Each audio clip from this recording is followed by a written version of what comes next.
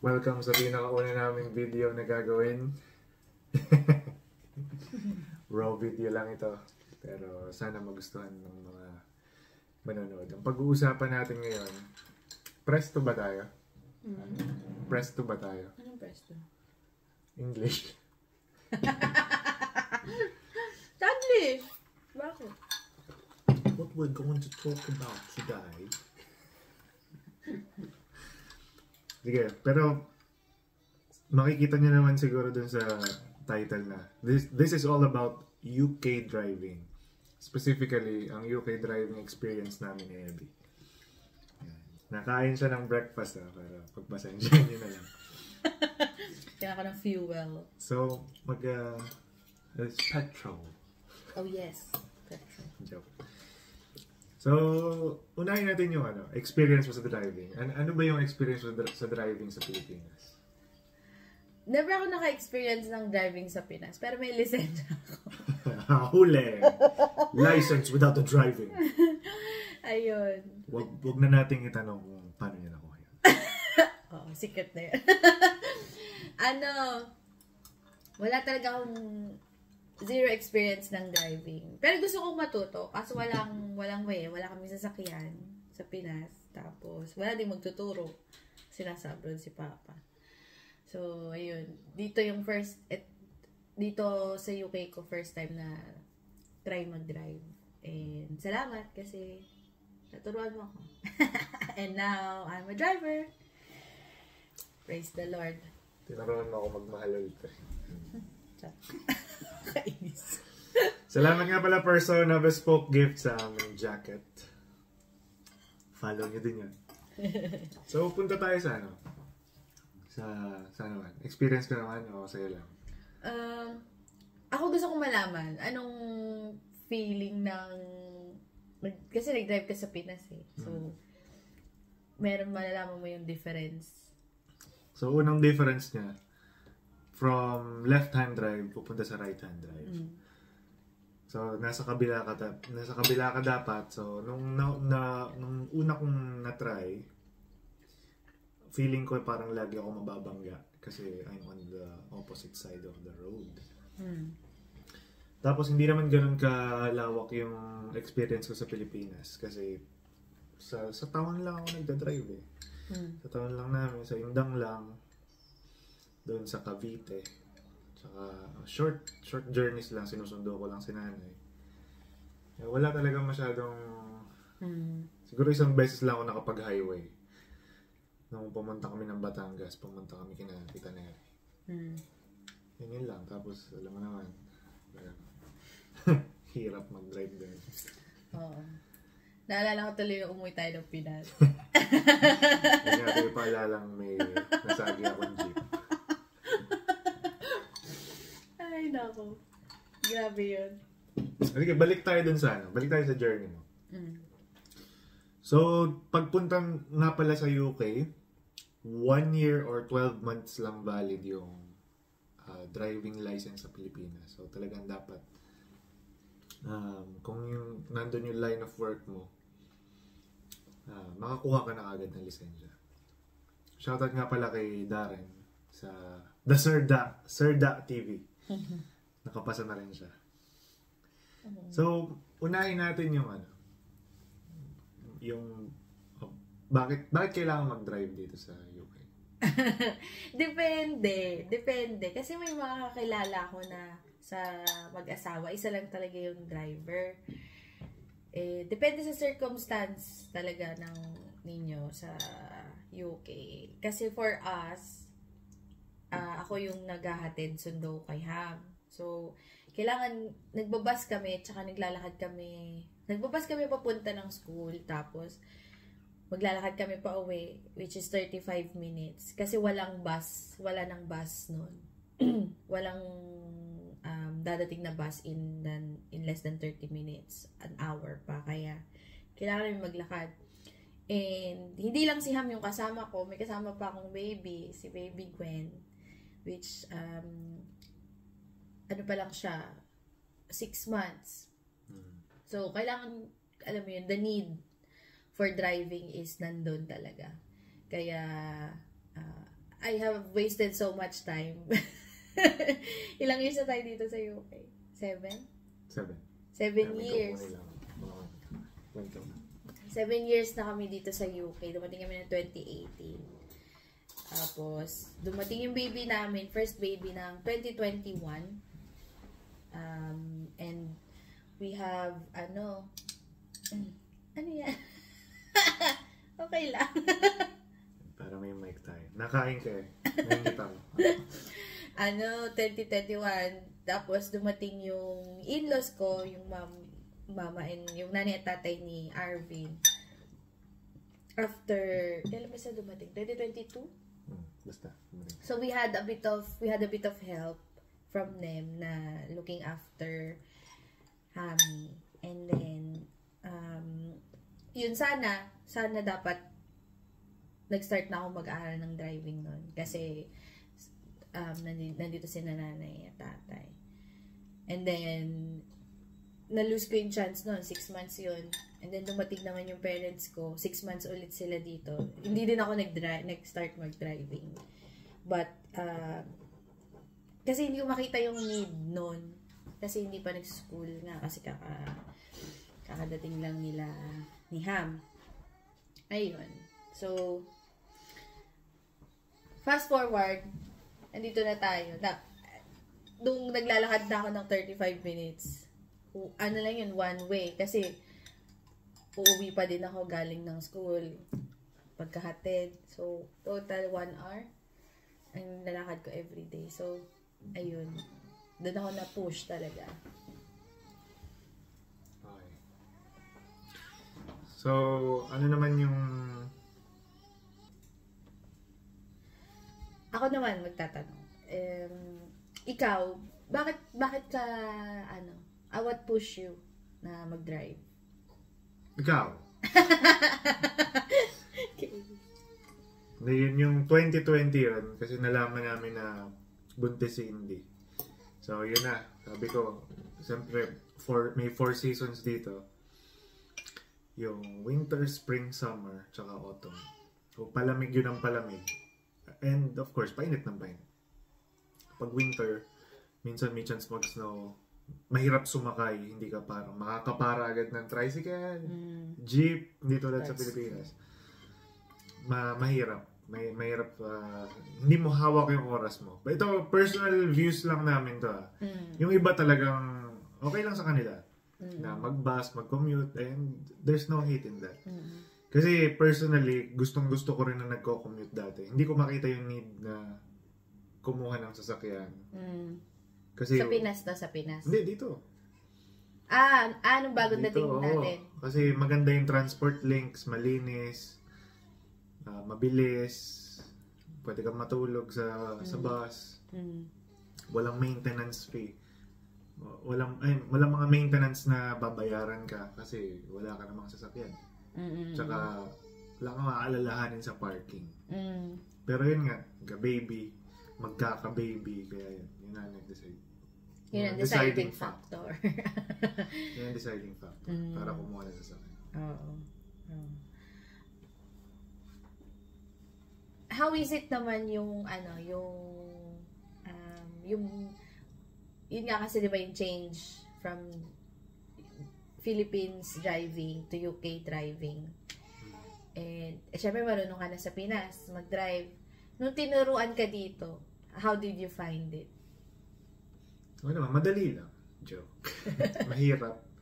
Sobrang hirap. Ang daming rules, ang daming signs. Kailangan bukas yung isip mo bukas yung mata mo. Hindi mo lang nakikita, pero naiintindihan mo din dapat yung mga signs na madadaanan mo. Kasi napansin ko sa Pinas, di ba? Parang wala talagang signs. May signs. Wala akong masyado nakikitang traffic signs doon. They are called suggestions. Kasi hindi naman sinusunod. Pag dito ang tawiran talaga. Tawiran talaga. Titigil talaga yung mga tao, lalo na sa mga, ang tawag dito Belicia Beacons eh. Tawiran talaga siya. Pag tumayo ka doon, pag patawid ka na, talagang titigil para sa iyo yung mga sasakyan. Para ikaw ang hari. Sa Pinas, sa Pinas, ito ang Kahit saan. Kahit saan at tumuwid, basta gumanon ka. Diba? Kasi nung umuwi kami sa Pinas last year, napansin namin na, aba, ito lang ang itaas mo lang yung kamay mong ganyan, makakatawid ka na kahit saan. Pero syempre, hindi lahat ng driver sa Pinas pinagbibigyan. So, delikado talaga. Kaya, ayun, nakita ko yung difference ng, yung mga traffic signs. Diba? Halos wala talaga. Meron siguro sa mga main roads, highways. Ah, hello! Go. Ayun, kaya sabi ko talaga, iba talaga ang Hindi ko alam kung yung sistema lang ng Pinas or yung discipline lang talaga ng tao, nakasanayan na ng mga Pilipino. So yan, ito magiging series to ng videos for your information, tsaka para sa kung sino gustong manood. So ito yung isa na nakita namin important para sa mga nagbabalak pumunta dito sa UK. So isa yun, driving. Di ba tatlo yun na essential na tinawag rin? Driving, ano yung sunod? Una, citizenship, mortgage, tapos maalin mauna basta yung tatlong yun, citizenship, driving, tsaka mortgage. Pero ito, syempre, hindi ito applicable sa lahat. Hindi lahat mag-a-agree dito kasi sometimes it makes sense to rent. Sometimes it makes sense to rent. Depende kung nasaan ka din. Pwede natin din yung pag-usapan in the future kung interested kayo dun. Pero yung sige pala yun. Oo. Natin na yan. Naubos na yung kape ko. So yan. Driving, citizenship, tsaka ito nga pala ang baby namin. May tanong ako pala sa'yo. Kamusta naman yung pagtuturo mo sa akin ng driving? I invoke my right to self-incrimination. Ako kasi sobrang strict niya guys ng magturo. Talagang nag-aaway talaga kami after a session. Nagde-drive kami 3 to 4 hours a day. Kasi yun yung preparation. Tapos nag-drive kami sa ruta ng test center ko, which is Bury St. Edmunds.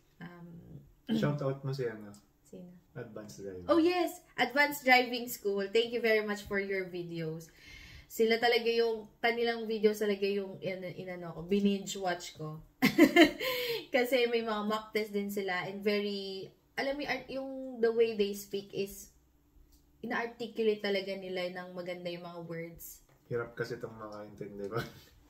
Minamumble yung salita. Oo, hindi ko talaga, hindi sa mahirap ako kasi yung mga British, syempre sanay sila ng kanilang salita na mabilis and very parang pabilog lagi yung bibig. So, Paano? Hindi ko alam. Hot dog. Basta gano'n, di ba? Pero sa kanila, pag pinanood mo yung mga videos nila, maganda. Anyway, going back, nalagang, yung iba, marami akong narinig na driving school, instructor. Helpful din yun. Kaso, in our circumstance, more than 3 years na siya nagde-drive. Tapos, so pwede na siya magturo. Sa UK? Sa UK kasi, hindi ka pwede magturo unless your driving experience is more than 3 years. So, sa kanya, okay na siya kasi more than 3 years na experience niya. Tapos, meron kami sariling car. Tapos, wala kaming pera pang bayad ng instructor. Check! Pambayad, check! Ayun. Kasi medyo mahal Dati, mahal ang per hour nila. Pero talagang yun ang expertise nila. Kaya, talagang salute. Tsaka buhay ang iaalay mo. Buhay ang nakasugal. Oo, kasi nung last kong narinig, parang 2021 or 2022, 30 per hour. Ewan ko na lang ngayon. Yun ang range. Parang 20 to 30 per hour ang session ng instructor. So, ayun. si Arvin yung nag-drive, yung nagturo sa akin mag-drive. And yun lang talaga, pag mag-asawa, yung, masusubok talaga yung patience nyo. Grabe. First time yun, may one time, knock-outan ko siya nagpa-practice kami ng parking. Nag-walk out talaga ako kasi mainit na yung ulo ko and I don't want to say things na, alam mo yun, I will regret. Kaya, lumabas ako, nagpahangin ako, naiwan siya sa loob ng car. Ewan ko ilang minutes yun. Medyo matagal-tagal. That's it. Hindi naman. Mga mga 10-15 minutes. Drama nito. Hindi, pero after nun, di ba? Pero after nun, di ba, okay na ulit. Defensive driver kasi siya.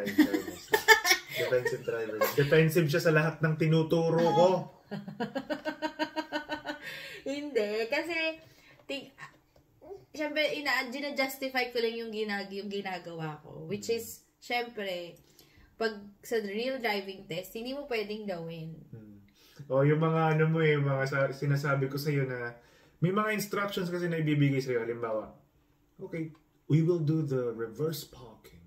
Reverse park behind that vehicle. Ang sasabihin nito, hindi B0 dito, hindi pwede dito. Promise. Hindi, may promise pa. Hindi pwede dito, promise. Busy dito, promise. Sige, pwede mo bang sabihin yun sa examiner mo? Hindi pwede dito, promise. Hindi pwede dito. Busy. Hindi pwede. When it's safe to do so, stop on your left. Hindi na tumigil. Natapos sa exam, hindi na siya nag-stop. Mga ganun.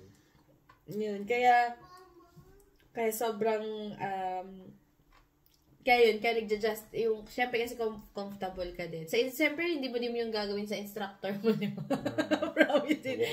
Yun lang. So, adjusting din. Kasi, syempre, mag-asawa kayo.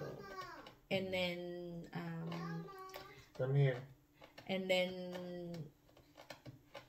first time din yun na parang sobrang nagalit talaga. Hindi naman naiinis. Hindi galit naiinis. Sobrang naiinis. Hi, Yami. Say hi. Say hello. Yeah, we're just discussing things, okay? So, kung gusto nyo ng mga tips and tricks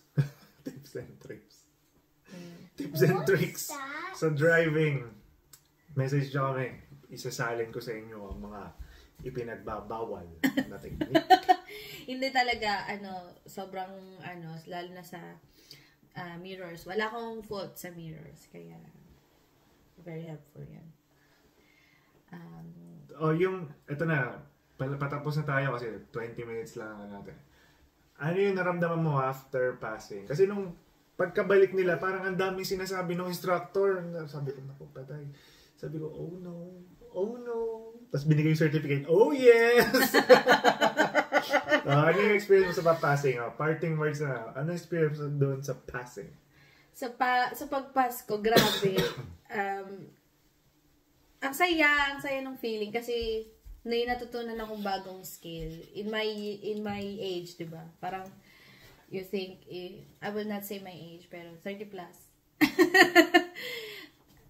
Ayun, na may matutunan pa ako na na new skill which is very helpful dito sa namin sa living namin sa UK. Ayun, sobrang saya. Oh, by the way, first time ko nag-take ng driving test and I passed it. Ayun. Hindi, si Lord talaga yun. Praise God. Kasi, kailangan talaga. Kaya binigay niya. And, sobrang humbling experience. And, very, for me, it's a new experience. Kasi ngayon hindi ako nagda-driving. Pero, ang masasabi ko lang sa mga nanonood is consistency is the key. Talagang practice ang driving. Kasi kung maalala mo paano ako nung una mo tinuruan, di ba? Tsaka overall, pag kailangan nyo na isang bagay, pagkakaloob yun ang Diyos sa inyo. Kaya praise God. Salamat, B, sa munting panayam na ito. This is Cambridge Kuya. Bye-bye, yo. Bye! Hami, say bye! Bye! See you sa next video!